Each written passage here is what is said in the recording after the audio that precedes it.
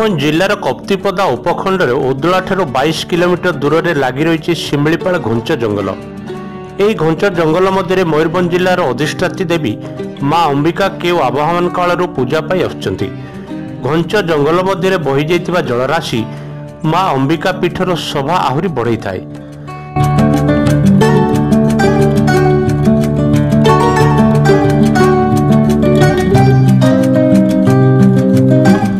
देशर कोण अनुकूल भक्त माने छुटी आसी थांती मां अंबिका पीठ को केवल मां को आशीष लाभ पाई एवं प्रकृति द्वारा सृष्टि होइतिबा जंगल परिवेश सौंदर्य को उपभोग करबा पाई। मांकर सबु प्रकार नीतिरीति कर्म मुख्य पूजकों द्वारा संपादन होता है, किंतु एबे मां को पीठरे ना होई पारुची सबुदिन तांकर रीतिनीति ना आसी पारुचंती भक्त। वर्षर नवेम्बर मास ठारू बहु संख्यक लोक इस स्थान को मां को दर्शन करने सह शिमिलीपाल घुंच जंगल परिवेश मनोरम दृश्यर मजा उठाइबा छुटी आसी थांती। कोरोना महामारी आरंभ होने दिन ठारू सबुथिरे व्याहत होईची।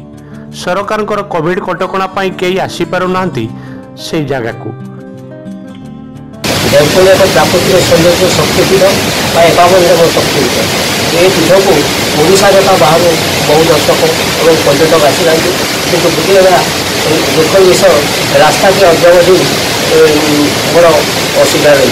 यही पर्यटक आसवा कष्टकर एत कोरोना पर्यटक आसुना मंदिर चलवा बड़ा कष्टकर, निजक चलवा भारी कष्टकर। रास्ता घाट एवं शोचनीय अवस्था अच्छी जहाँ मां को दर्शन पीठ को जीवार असुविधा सृष्टि करुच्ची।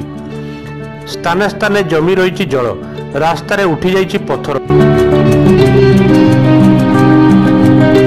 गोटे जिन देखार अच्छे रास्ता रास्ता भल करार अच्छे कहीं गोटे जगह पानी कादुआ भी रही जाऊँ लोक चलवर असुविधा हम आ रास्ता आसला बेले पाखपाख जगार गोटे सिटिंग एरिया भी करार कि फैमिली किए भी आसुँच कहीं बहुत दूर बाटे चलिक आसवा पड़ो तो सैड्रे बसिक आप रेस्ट करेंगे कि आराम से आप बसिक खाया पीवा भी किसी करेंगे अलाउ करेंगे स्नैक्स की सेमती किसी फुड हाउसेस करेंगे जो पानी मिल पार कहीं एत दूर लोक चलिक आसते पानी अवश्य दरकार भितर पानी व्यवस्था किसी ना तो तापाई गोटे गवर्नमेंट को भी फायदा होता टूरिज्म भी पैसा रोजगार करता। शिमिलीपाल जंगल भितर को जीवा पूर्व प्रवेश पथरे रही एक फरेस्ट विभाग तनखी फाटक।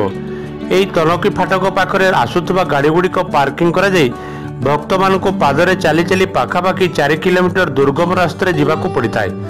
एवं रास्तार अवस्था देखिले जना पड़ुछि सरकार एप्रति कि प्रकार दृष्टि देउछंती।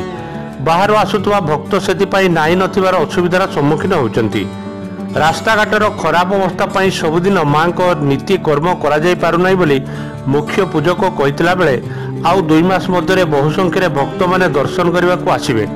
एणु ए बाबद किछि परिमाण राजस्व आदाय हेबो।